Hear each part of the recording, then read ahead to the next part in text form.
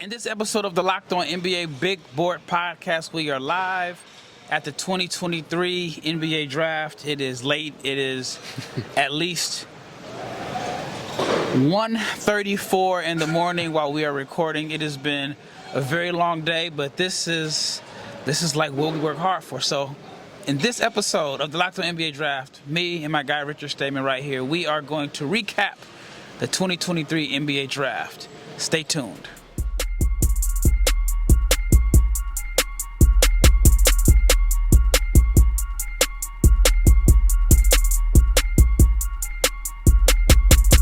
This episode is brought to you by Game Time. Last minute tickets, lowest price, guaranteed. I'm your host, Rafael Barlowe, the director of scouting for NBA Big Board, and my co-host for today, right here, my right-hand man, even though he's on my left side, Richard Stayman. All right, let's just talk about your first NBA draft experience. It's my first NBA draft experience. What's like your first thought when you talk about this experience, when you talk about it 5 years, 10, 20 years down the line? Well, I think for starters, we are spoiled by having arguably the greatest draft. I mean, like, this is a top 5 draft of the century, I would say. I know 2018, 2003, those are the big ones I can think of that are in that, like, same tier. And it's too early. It is too early, but I think just in terms of pre-draft hype, I think it's right up there at the least. Like, things could go wrong, of course, but just pre-draft, I really do think this is one of the strongest classes. So it's very easy to get carried away by just the strength of it. I mean, the greatest prospect since LeBron James, maybe the greatest prospect ever, Victor Wembanyama. Hearing him called was chilling. But overall, it was really cool. It was similar to the Combine, but much more removed from things. Like, there was a clear barrier, I think, in this regard of from where we were compared to where we were, like, at the Combine, same spot. So I want to debate that, and I get it. I understand the hype about Victor being the greatest prospect ever, but is he a better prospect than Luka? Luka had a Hall of Fame career before the NBA.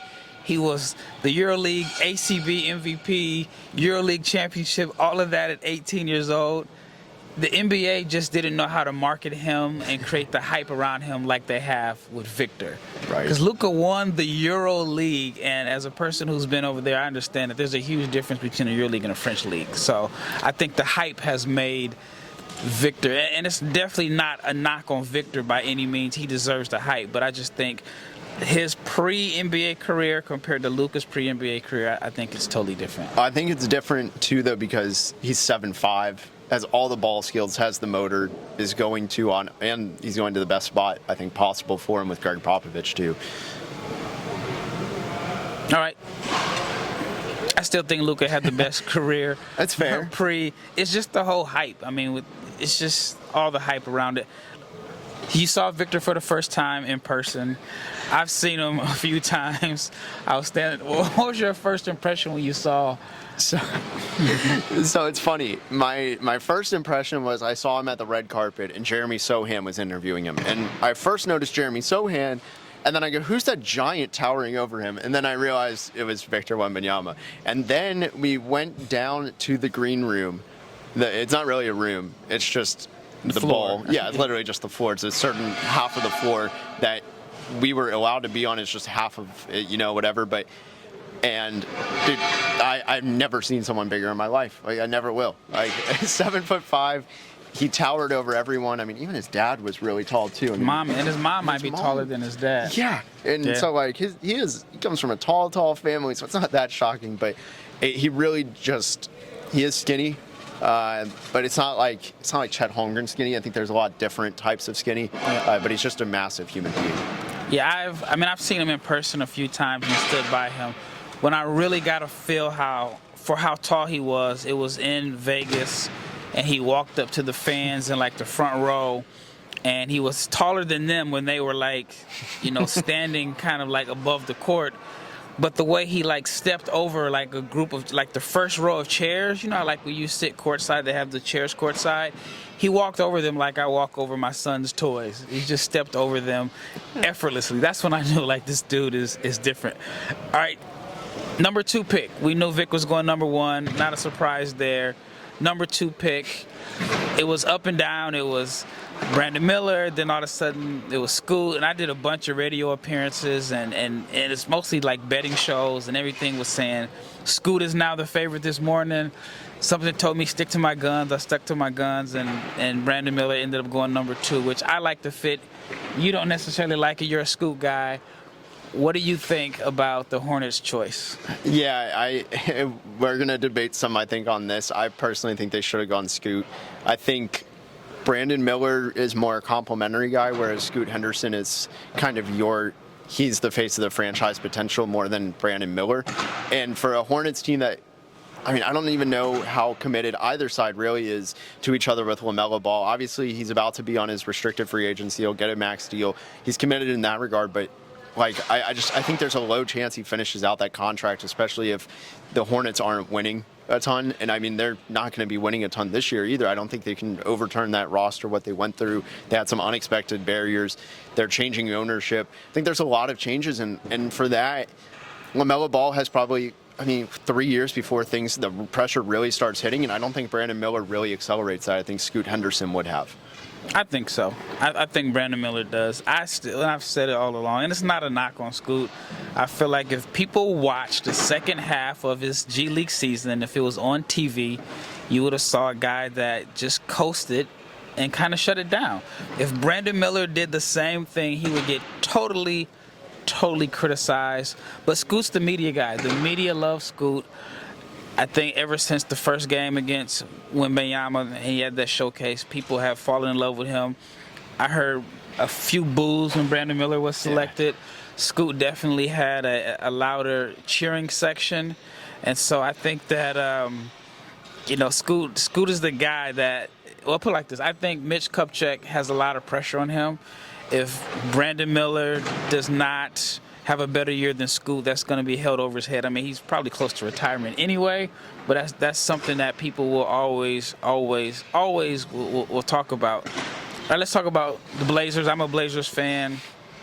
I haven't really had time to just process it since it's official, but I don't know what they're going to do. Lillard and Simons averaged about 52 points a game last year combined. Yeah. And now you're bringing in another guard. And I think one of the reasons why I like Brandon Miller is I feel like you can put him next to any player in the league, any star, and early in his career he can complement them. Yep.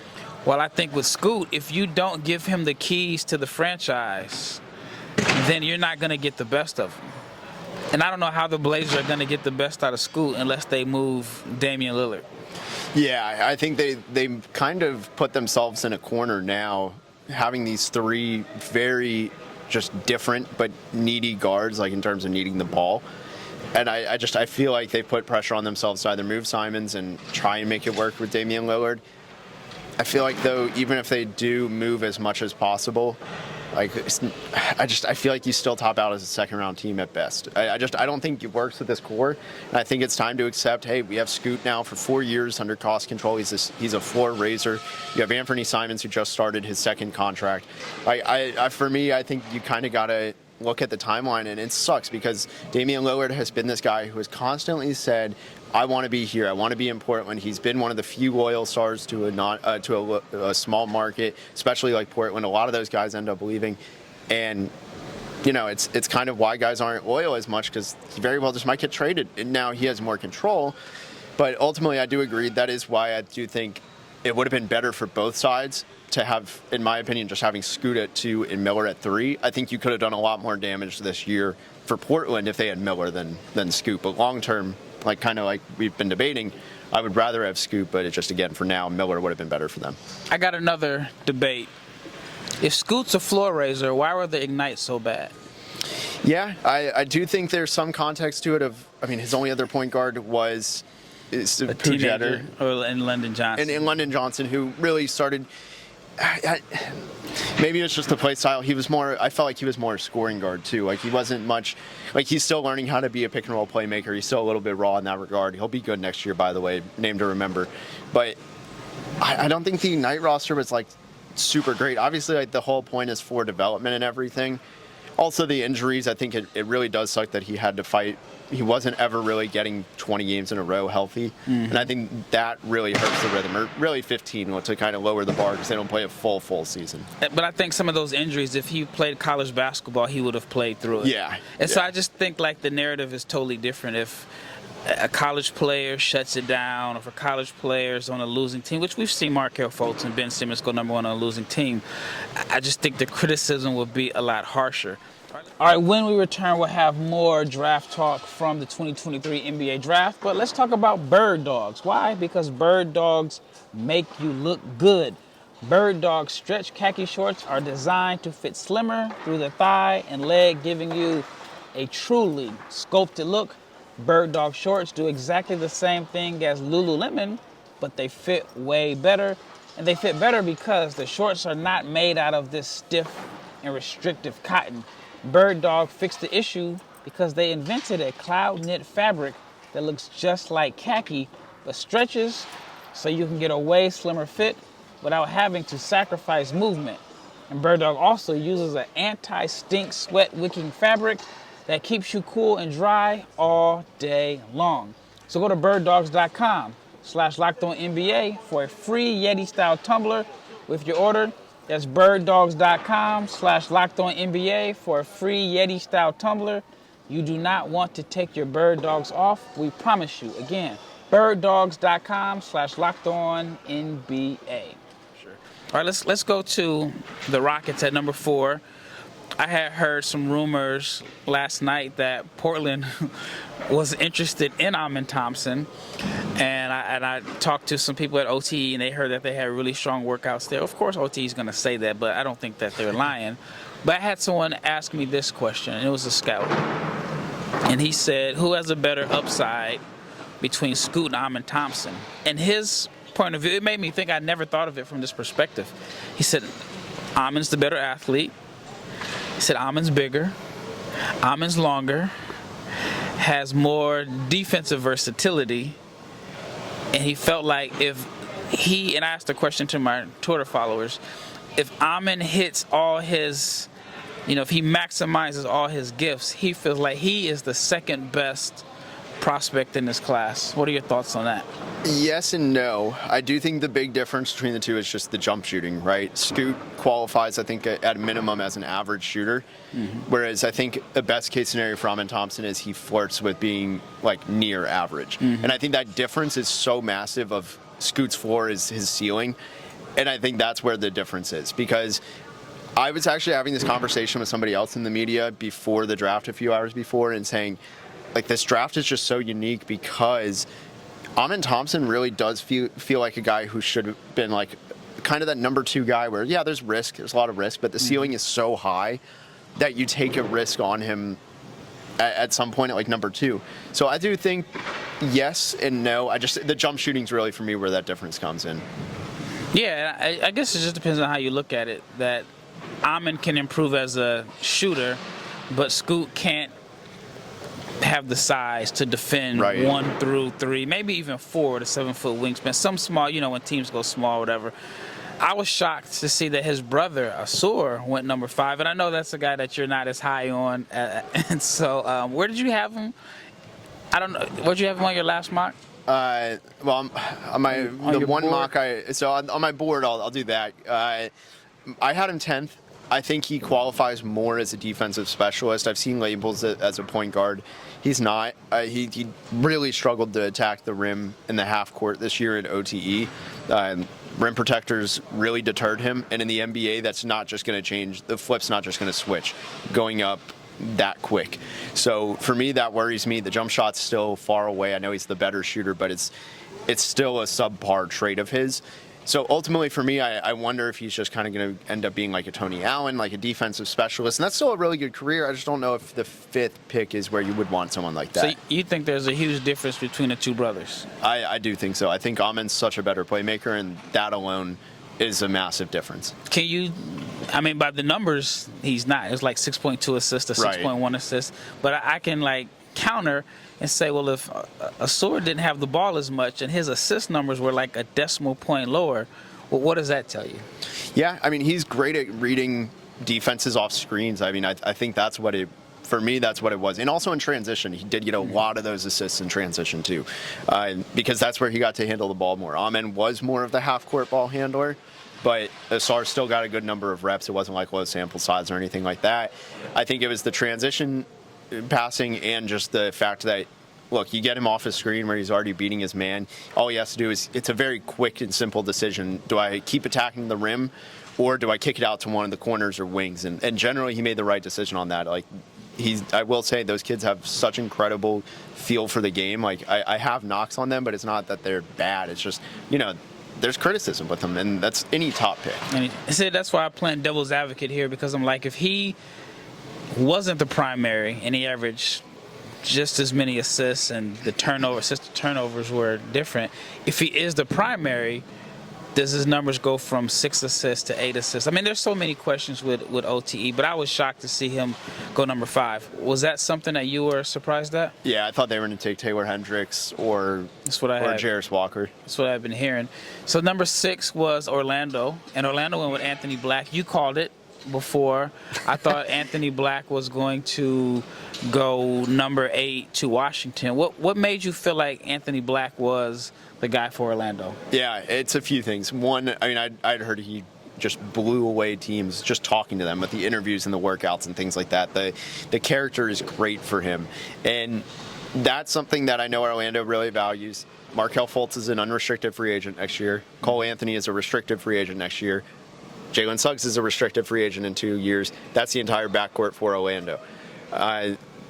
They need another guard because, just that math doesn't add up to everybody staying. The money doesn't add up. The math isn't mathing. Yeah, exactly. So I think for them, look, Anthony Black kind of compares to Markelle Fultz with a more workable jump shot. Like, you start where Markelle Fultz is now, and that's kind of what Anthony Black is in terms of shooting, because he is still far away, 70% from the line, 30% from 3. It's not exactly ideal, but you got to trust the work ethic to get there, and he's a monster on defense, and that's really the identity Orlando wants to build. So I think they're going to try and consolidate those guards and keep Anthony Black as that lead guard. I like Orlando's talent. I'm just concerned with the shooting. I'm concerned that, and they were good in the second half of the year. I think if they didn't get off to that horrendous start, they may have been at least a play-in team. 5-25. But the shooting is a concern for me. But you said something off camera, and we can just talk about Cam Whitmore, transition to that, about the teams that factor too much into interviewing. And you had mentioned that the good teams don't do, or was it workouts you were talking about? It was, just both. They don't, basically what I'd said was the best run teams don't change, they don't scrap everything and go, dang, this guy interviewed better, but the tape was bad, but we trust the interview more.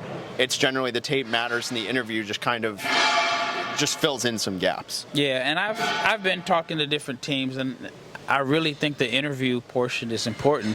And I had heard that Cam Whitmore was just a really bad interview in a sense, but more so because you just can't really get a feel for him. But I heard that his team was trying to get out in front of that early and let teams know that he's an introvert, he's quiet, he's not naturally talkative, or is just going to wow you with interviews. And I heard that played a role in why he fell. But then there's other guys, like the common thing I heard about Olivier Maximus Prosper was he was the best interview. And we saw that he moved up to, he went 24th, but he was a guy that prior to the combine, he wouldn't have went in the first round. What were your thoughts on Cam Whitmore sliding? I think there were already red flags on the court. The decision making, the feel for the game, the processing speed, I would say are all well below average. Just watching theirs to play, I remember very vividly against St. John's, he does a step back, he creates a space, and he sees both the cutter and he has the wide open shot, and he just freezes, and both of them are gone. And he kind of just puts himself in this situation. And that kind of stuff just wasn't abnormal. And when you're in theory, he was a top 5 pick probably until this week. When you're a top 5 pick, you cannot be doing that. And things like that, when you interview poorly, if there were health issues, that stuff, it's a bad combination for him on draft week. And see, I think if he's in a situation like Michael Porter Jr., he'll be fine. Michael Porter Jr. Yeah. is not a playmaker. I know you probably saw like it was a screenshot. It was the game that Denver lost in the finals where he goes up for like a jump shot, and there's like two guys open under the basket on the wing. And I remember like showing somebody that picture, and they were like, oh, well, you got to put it into context. How much time is left on the shot clock? And I went to Synergy, pulled it up. It was like the score was like 2-0, and there was 17 seconds left on the shot clock. And Michael Porter Jr. would have been drafted just as high, if not higher, if he didn't have the back issues. Yep. And so it makes me wonder, like, not saying Cam Whitmore is Michael Porter Jr., but there's no way Cam Whitmore's medicals were worse than Michael Porter Jr.'s. Yeah. There's no way. No chance. No, Porter had like a historically bad medical history, and like the whole family being injured. Yeah, exactly. Like kind of glass. What did you think about Barlowe? I had to be corrected a few times today because I was calling him Barlowe like an American, but it's Barlowe. What did you think about him going? Where did he go? Number 7. Yep. He went number Washington. 7. No, the Pacers drafted him, and then he got flipped to the Wizards at number 8. I had him at 9. I want to say I was probably the first person to mock him inside the top 10. I had him at 9, and then I heard yesterday he can go anywhere between 6 and 8. And I wrote it down in my article, but I didn't move him that high because I was like, I can't see him going ahead of Anthony Black because I thought AB was going to Washington, and I didn't think he'd go ahead of Jarris Walker, which he ended up getting traded for. How surprised were you when you saw that Bilal Coulibaly went number 7 to the Pacers? First of all, that's going to be an adjustment to all the times I've said his name wrong. But Bilal, right? I mean, that's the French twist. I don't want to just Americanize it, so I'm trying to say it right. But the French have a way of making everything sound a little cooler. True. For me, it was. I mean, I just started talking myself into him at 6 last night. I mean, I was stuck in the airport, and maybe that was just me going crazy, but apparently not. I mean, 7 was right there too. I think Washington, just being in the spot they're in, they have blown it up. They traded their 3 best players, or 2 best players, 3 if you count Chris Paul, and now they're starting at ground zero. They have nothing. They're trying to get all the assets they can, and starting this early, having all these guys that are going to be on. I mean, they got Bilal at year 1. He has 4 years of cost control, assuming everything goes right and they don't decline his option or anything. There's a lot to work with. 6'8", 7'2" wingspan. For me, he's great at so much right now. If he turns 2 of these kind of weaknesses, they're not like super weaknesses, but turns them into strengths, I think he's going to be a star. And that's ball handling, adding strength to really finish and lock up on defense. I think it'll help reduce some foul trouble too. And then just jump shooting. I think if he can really master 2 of the 3, doesn't need to get all 3, we're looking at a star. And if he masters all 3, I mean, we're looking at somebody who is going to be a top 3 to 5 player in this draft. All right, before we do the last segment, I want to tell you about Game Time. Now, I just used Game Time for the first time a few days ago. I'm in New York, and I wanted to go to the Yankees game to watch Victor Wembanyama throw out the first pitch. So I went to Game Time, and it's as good as advertised. It wasn't stressful, and it was fast, and it's the easiest way to buy tickets, whether it's sports, music, comedy, and theater. They have killer deals on last-minute tickets, and they have a best price guarantee.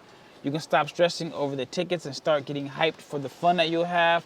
I was able to get 3 tickets to the Yankees game last minute for like $20 a piece. So I'm not gonna plan months in advance because Game Time has deals on tickets right up to the day of the event. And they have exclusive flash deals on tickets for football, basketball, baseball, concerts, comedy, theater, and more. And the Game Time guarantee means you'll always get the best price. If you find tickets in the same section and row for less, Game Time will credit you 110% of the difference. And you get the images of your seat right before you buy, so you know exactly what to expect when you arrive. Buy tickets in a matter of seconds, 2 taps and you're set. And the tickets are sent directly to your phone, so you never have to dig through your email. All you have to do is download the Game Time app, create an account, and use the code LOCKEDONNBA for $20 off your first purchase. Terms apply. Again, create an account and redeem code LOCKEDONNBA for $20 off. Download the Game Time app today. Last minute tickets, lowest price, guaranteed. Are you a person that goes back and looks at history as far as like past picks or past players of certain like archetypes?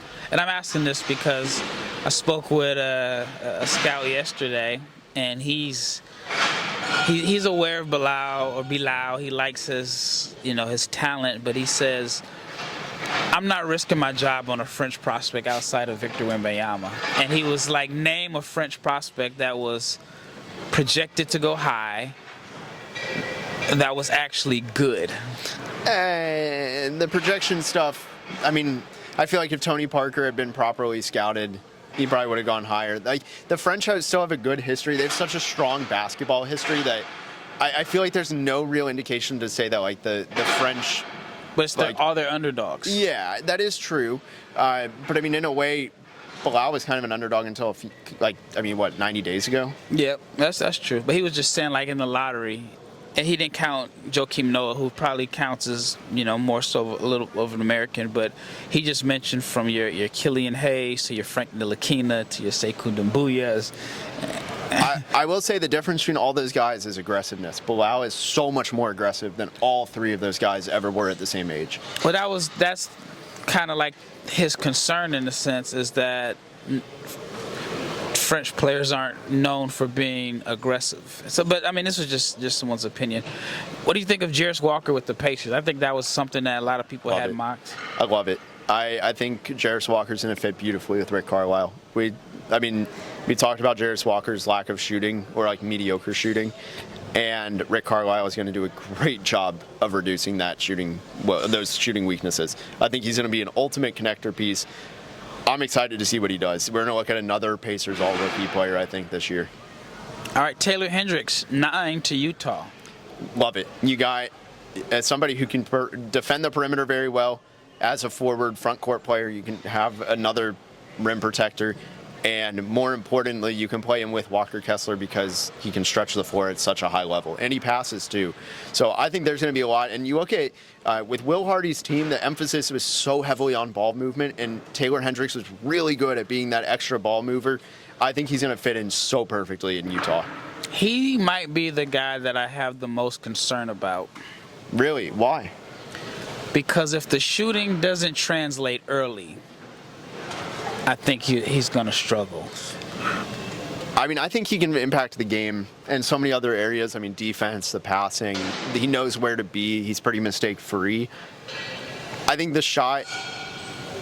Man, I think that's the bread and butter. Like, yeah. if he's not shooting it well, then he's like how Jabari Smith was this year. Yeah. He wasn't shooting it well. So I think he can defend, but if he's going to, at least I think he's a good rim protector. But I just wonder the fit with Larry Markkinen, like who's the 3, who's the 4. That's fair. And so that's my concern there.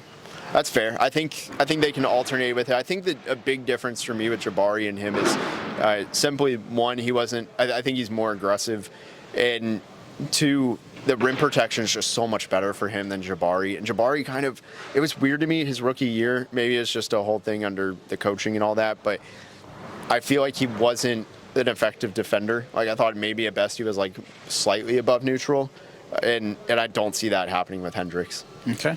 So number 10, Dallas selected Cason Wallace, a Dallas kid. They selected him and then shipped him right up I-35 to OKC. But they got the guy that I wanted Dallas to take. I had mocked Lively to Dallas at 10. I thought it was a good fit. I know you were like against it. Not quite against it. I came around in the last week or so. So he was against it. I was. Okay, here was my thing. I didn't want the Mavs to take him at 10. I didn't want them to say, this is our draft, we are done. They did everything right, and that's why I think I like it a lot more. They got rid of Bertans. They saved a lot of money in free agency this year. They moved back 2 spots. They still took the same guy, although poor Cason Wallace, I don't know, he might still be wearing a Mavs hat. That dude refused to take it off, and that might be because he was from Dallas, but I like the addition of Lively because there's two things. One, he can rebound. Two, which people have been in my comments saying he only averaged 5 rebounds per game. How can he rebound? No, if you look at, I posted a tweet. It's kind of probably hidden because I tweeted a ton tonight. But there's a tweet that I put out where basically, if you just look at his final 18 games, it was the Miami game and on. In the Miami game, he had like I think it was 11, 9, and 5 and something like that with like 5 blocks, 9 rebounds, 11 points. And after that, from there on out, he averaged 9 points a game, 7 points a game, 9 rebounds a game, something like that, where he rebounded really well and he blocked the ball, he blocked shots really well. And on top of all that, though, he catches a lot of lobs.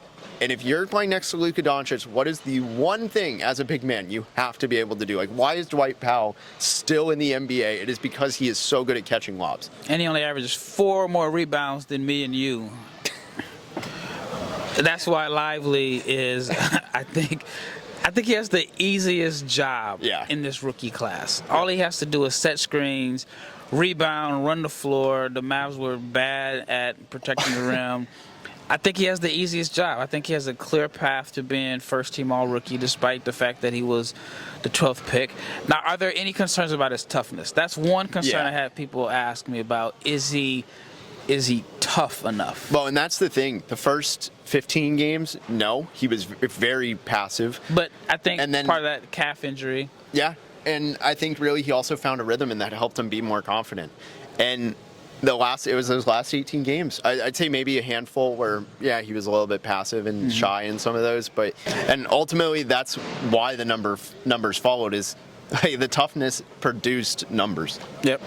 All right, so let's talk about some of the biggest surprises in this draft.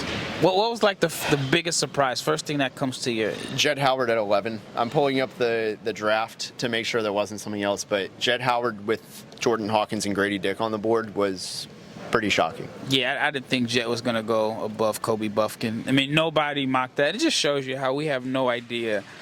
All the intel that you think you can have, there was nobody that saw Jett Howard going 11. I think I had him at 20, and I thought he was going to be part of like a Rockets situation where they draft him at 20 and they move him.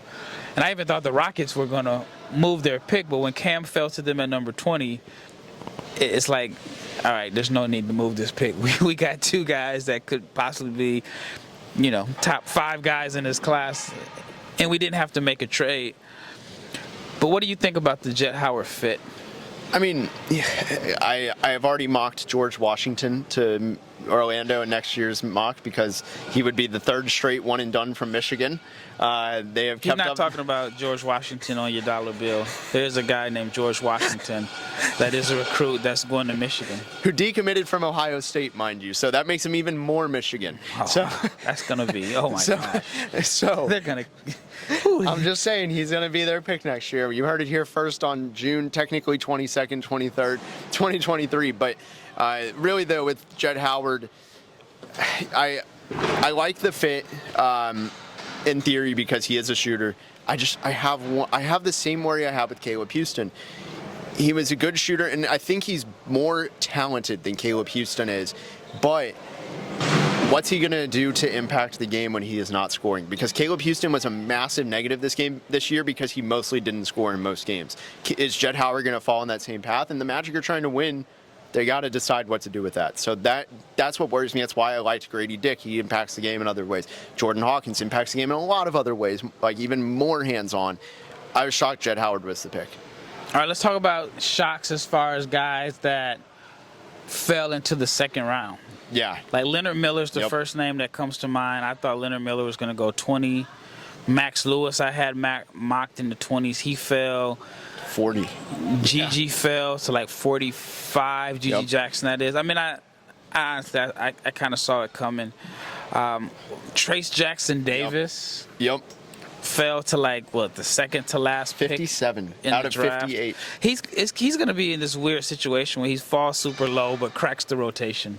If there is a place to maximize his outcome behind Kevon Looney and Golden State, which, by the way, they basically at the last second they said, hey, let's complete this Chris Paul trade. We'll give you Patrick Baldwin for this pick, which is absolutely wild to think, as a side note. But Trace Jackson-Davis, Ryan Rollins too. Yeah, they traded away their whole draft from last year for Chris Paul and this pick.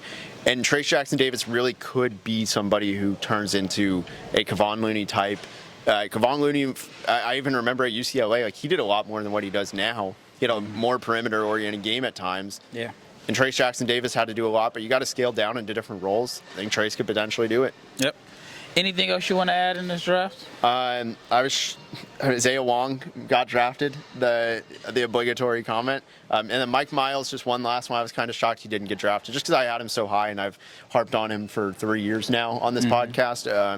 So for me, I think him being a Mav, the two-way, I think that was a great addition. I think he has a real chance to break the two-way and get a guaranteed contract by the end of the year. Yeah, I was surprised to see Kobe Brown go in the first round. Yeah. That was shocking to me. And then Podziemski at 19. I was stunned by that. I mean, I keep doubting him. Like, even though I put him on my preseason draft guy, just based off of what I saw, how he played for Santa Clara when they went on like a summer tour. But I keep doubting him. Like I thought today I mocked him as high as I've ever done. I think I had him going to the Grizzlies at 25, but that pick was traded to Boston. And then he ends up going 19. And then Jaime, he went 18. I didn't see that. I didn't see that at all. So that though, and then like James Najee didn't go first round. Those are like some of the shockers that come to my mind. I mean, it's been a long night. I'm exhausted. It is. This whole place is almost packed up. Packed it up. Then I got a long train ride back to Manhattan, and we're in Brooklyn right now. Well, that wraps up this episode of the Locked On NBA Big Board Podcast. We are live, the first one live here at Barclays. It'll be the first of many. When me and Richard will be here doing live draft content. Summer League, you going to Vegas? Yes, sir. I'll be there first weekend. All right, we're going time to Vegas. Oh, man. It's a first-time trio. Combine draft in Summer League. All in one. Trifecta. I absolutely hate Vegas. But I've been there a gazillion times because that's just where the basketball world is at. So we'll be doing content in Vegas, too. Like, who else? Like, who else are you listening to that is at the Combine, the draft, and we'll be in Vegas. We're in the gym. We are in the gym. Well, that wraps up this episode, and we are